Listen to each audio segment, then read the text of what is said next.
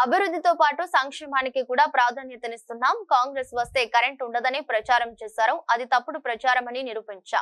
3 ఎకరాల వరకు ఉన్న రైతులకు నిధులు జమ చేసిన ప్రభుత్వం ఎకరానికి 6,000 చొప్పున మొత్తం 1,151.89 కోట్లు విడుదల. దీని ద్వారా 10.45 లక్షల మంది అన్నదాతలకు చేకూరిన ప్రయోజనం. మిగిలిన రైతులందరికీ రైతు భరోసా నిధులు జమ చేయనున్న ప్రభుత్వమని ఉప ముఖ్యమంత్రి బట్టి విక్రమార్క అన్నారు.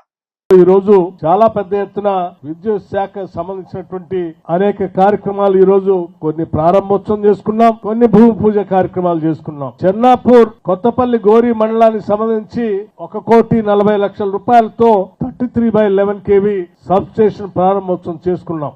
అట్లాగే నూతనంగా మరో 3 సబ్ స్టేషన్ మంజూర్ నగర్, ధర్మారావుపేట, నవాబ్పేట సంబంధించినటువంటి 3 మండలాలు భూపాల్పల్లి, గన్పూర్, ములుగు, చిట్యాల మండలాలకు సంబంధించి మరొక 7,30,00,000 రూపాయలతో సబ్ స్టేషన్ శాంక్షన్ చేసుకుని ఈరోజు భూమి పూజ కార్యక్రమం చేసుకున్నాం. ఈ ప్రాంతానికి అవసరమైనటువంటి విద్యుత్ అవసరమైనటువంటి ఎన్ని సబ్ స్టేషన్లైనా అవసరం మేరకు ఈ రాష్ట్ర ప్రభుత్వం శాంక్షన్ చేయడానికి సిద్ధంగా ఉందని చెప్పడం కోసమే నేను ఈ లెక్కలు చెప్తా ఉన్నా. కాంగ్రెస్ ప్రభుత్వం వస్తే కరెంటు ఉండదని చెప్పి అనేక రకాలుగా ప్రచారం చేశారు. కానీ కొన్ని లెక్కలు తప్పనిసరిగా ప్రజలకి ఇలా ప్రచారం చేసే వాళ్ళకి తెలియాల్సిన అవసరం కూడా ఉంది. కాబట్టి 1-2 లెక్కలు కూడా నేను ఈ సభ ద్వారా రాష్ట్ర ప్రజలకి ఇటువంటి తప్పుడు ప్రచారంతో బతకాలని చూసేటువంటి రాజకీయ నాయకులకు కూడా ఈ సమాచారం చేరాలని ఇక్కడ చెప్పదలుచుకున్నాను.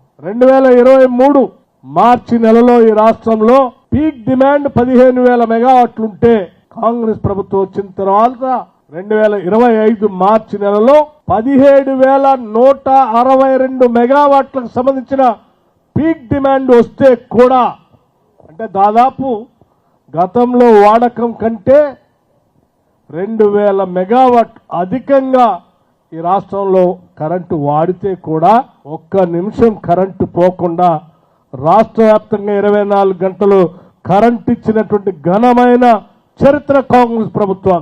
మరి ఈ లెక్కలు ఏదో గాలికి చెప్పే కాదు.